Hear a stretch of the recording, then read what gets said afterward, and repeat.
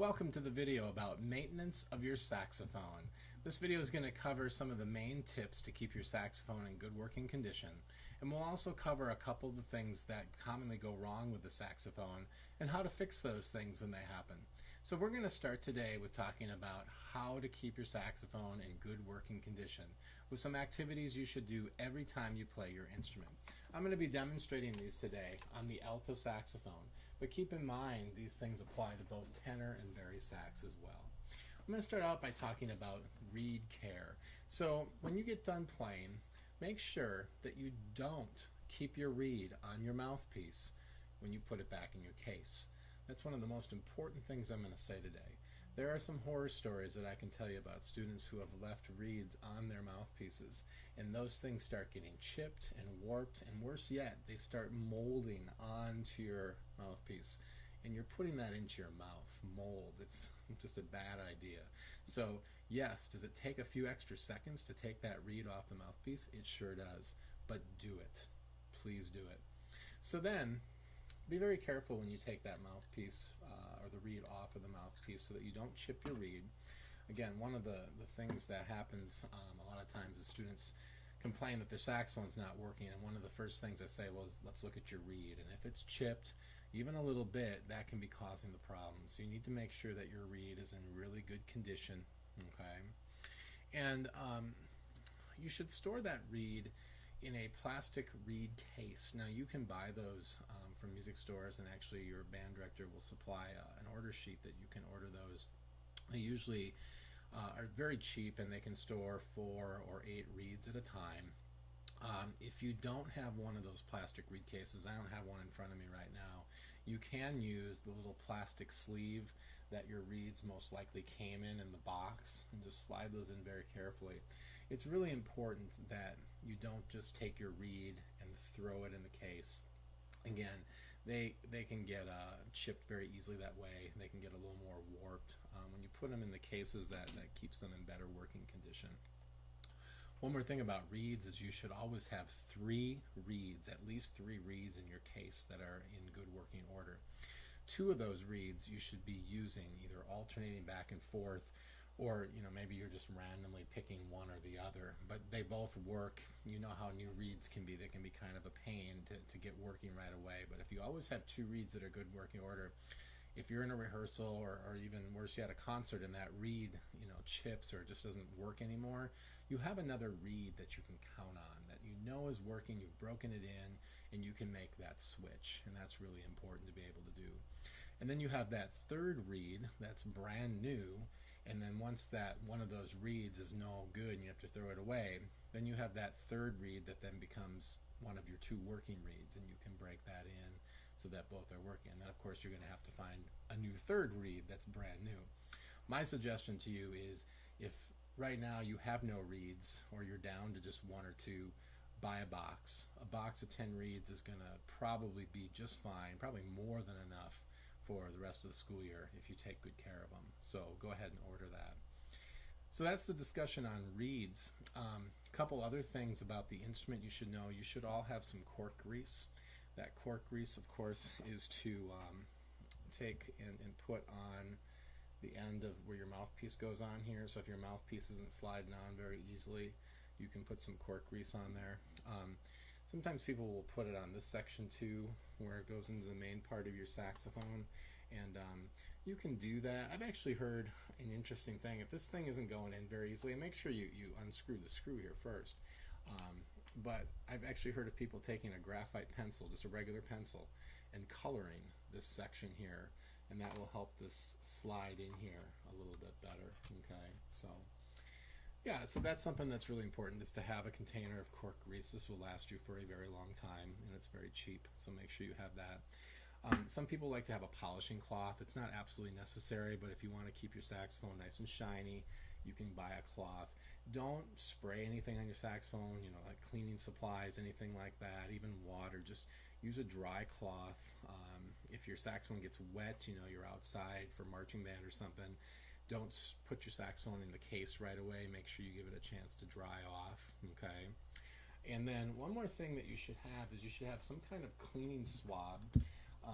sometimes I don't have one of these, but they have like these really big fluffy swabs that go into your saxophone, and you just store them in there when you put them in the case.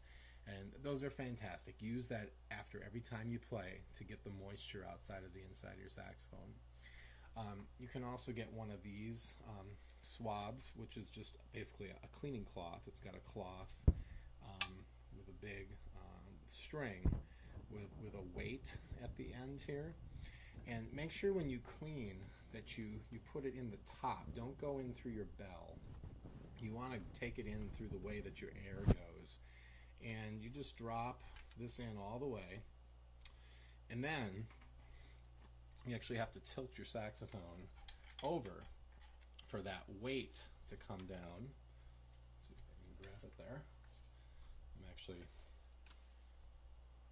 going to drop that in there a little bit more. All right, now I can pull that weight. And then don't go too quick. Sometimes if you go too quick, like right at the entry, this can get jammed, and then it's a little hard to get it back out. Sometimes I've had to take like a pliers to kind of pull this thing back out. So do it gently, not too fast, and pull it back out. And you just have to do it one time. And again, that keeps the moisture from settling in. And the reason you don't want moisture in there is kind of the same thing about the reeds. You can actually get mold growing inside of your saxophone, which of course is not healthy. It's going to smell. It's gross. So take those few seconds to take your reed off of your mouthpiece and to take a cleaning swab and take it through your saxophone before you're done playing. All right. So make sure you have a cleaning swab. Make sure you have at least 3 reeds. Make sure you have some cork grease. Now let me just briefly talk about a couple things that commonly go wrong with the saxophone. One thing is that we have this key called the G sharp key, which is the one that you control. You see my pinky here, and then you can see that key going up and down. Okay. Sometimes we go to press down that G sharp key, and that key doesn't go up.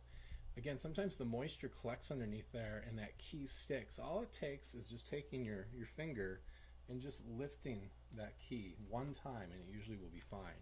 If it becomes a problem, like on a daily basis, you can get a piece of tissue paper, or some people even use like a little dollar bill, and we'll just either store it in that key when it's in the case, or they'll just put that piece of tissue paper or the dollar bill underneath that key just one time to get the moisture out of there, press it down, and it takes the moisture out. So that's really important, because sometimes you might be playing a G sharp in band and that key's not working, and your director might be like, you know, hey, you're playing the wrong note, that's a G sharp, and you're like, I'm playing G sharp, but your saxophone's not working properly. Another thing that happens is there's springs on these instruments. Let me see if I can find one that's somewhat easy to see. They're a little hard to show you. Let's see if I can get this one on video right here. They look like wires. Hold that up there a little bit. You see that little wire right there? We call them springs. That needs to be on the right side of this little post. It's kind of hard to see that post, but there's a little post right there. If it's not, that spring will actually kind of pop out, and they have like little sharp ends. You got to be a little careful with them. So if your saxophone isn't working, check and see. There's a lot of these little springs, and make sure that they're all not sticking out. And if one is sticking out, take your finger or a pen or a pencil, or actually a crochet hook works really well, and pop that back in there. Another thing that happens a lot is the octave key mechanism. This guy right here gets bent, and that's because, again, we're not gentle when we put this in and take it apart, and we grab on and we bend that thing, and then it ruins the whole octave key thing. So you might be playing your low notes and they're all coming out high, or you're playing your high notes and they're all coming out low, and that's because your octave key got bent. So that's one of the biggest things. A band director can fix that pretty quickly. Sometimes, and I wouldn't suggest you do this unless you know what you're doing. Sometimes you just need to bend this a little bit out or a little bit back in, and that will solve it. Okay, so those are 3 of the main things I see that go wrong with the saxophone: the G sharp key, a spring issue, or a bent octave key. Sometimes these other keys get bent too. So that's just another reason to be very careful when you put your saxophone in your case, to put it in there gently. And then a couple more things, and then we're done. Don't store anything else in your case besides your saxophone and your reeds and your cork grease and these cleaning materials. A lot of students love putting their music in there. Don't do it. You start putting all that music in there and your method books, and that's pressing down on all these keys, and you're going to bend stuff, especially then when you take your case and you try to close it and you're like cramming it shut, and that's going to bend your saxophone. So don't do that. Last thing, make sure you have a tag on your saxophone case that has your name, your address, and some form of contact information like a phone number or an email address. Very, very important to have that on there. So just to recap the most important things, make sure you have 3 reeds. Never store the reed on your mouthpiece when it's in the case. Another thing is to have cork grease, have a cleaning swab, and then just make sure that you're just taking very good care of it as you're putting it in your case and taking it out of the case and putting it together. Good luck this year, and thank you for watching Maintenance of the Saxophone.